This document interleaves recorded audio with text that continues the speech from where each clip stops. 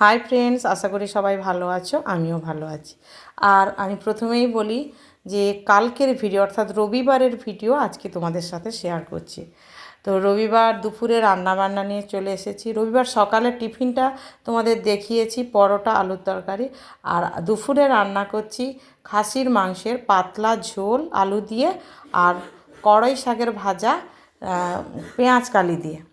তো বোনেরা তো রয়েছে, যেহেতু আমার গুড্ডুর স্কুল ছুটি এখন, তো পরীক্ষা হয়ে গেছে, তাই ছুটি বলে ও আমাদের বাড়িতে বেড়াতে এসছে।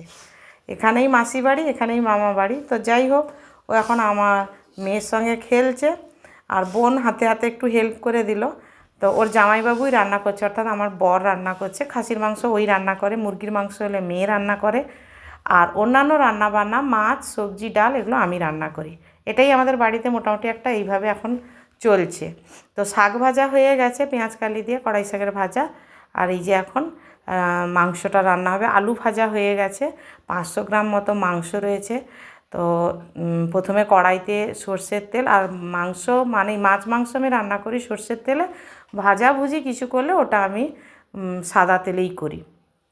তো আমার বর এখন সমস্ত গোটা গরম মশলা আর শুকনো লঙ্কা আর তেজপাতা ফোড়নে দিয়ে দিল, একটু চিনি দিয়েছে। তারপরে একে একে পেঁয়াজ কুচি, পেঁয়াজটা একটু লাল লাল করে ভেজে রসুন বাটা, আদা বাটা, লঙ্কা গুঁড়ো, হলুদ গুঁড়ো, সমস্ত মশলা ভালো করে কষিয়ে জিরে ধনে গোলমরিচ, খাসির মাংস মানে একটু স্পাইসি হবে, একটু বললে ভুল হবে, অনেকটাই স্পাইসি হবে।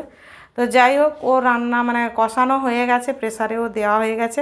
আর এখানে আমি রান্নার পুরো ভিডিওটা তোমাদের সাথে এই কারণে শেয়ার করতে পারলাম না, একজন কাকিমা চলে এসছে, কাকিমার সঙ্গে কথা বলতে বলতে। তো যাই হোক, ওদিকে আর ভিডিও করা হয়নি। এখন রান্নাবান্না কমপ্লিট, সবার স্নান ধ্যান হয়েও গেছে, এবার খাওয়ার টেবিলে থালা রেডি। আর তোমরা মাংসের ঝোলটা দেখতেই পাচ্ছ কী দারুণ হয়েছে। খাওয়া দাওয়া কমপ্লিট, ওপরে চলে এসেছি সবাই, আমি, মেয়ে, গুড্ডু, আমার বোন। এই যে ছাদ থেকে তোমাদের সঙ্গে একটু ভিডিও শেয়ার করছি। তো যাই হোক, তোমাদের যদি আমার এই ভিডিও ভালো লাগে অবশ্যই একটা লাইক কমেন্ট শেয়ার করো। আর যারা চ্যানেলটা এখনও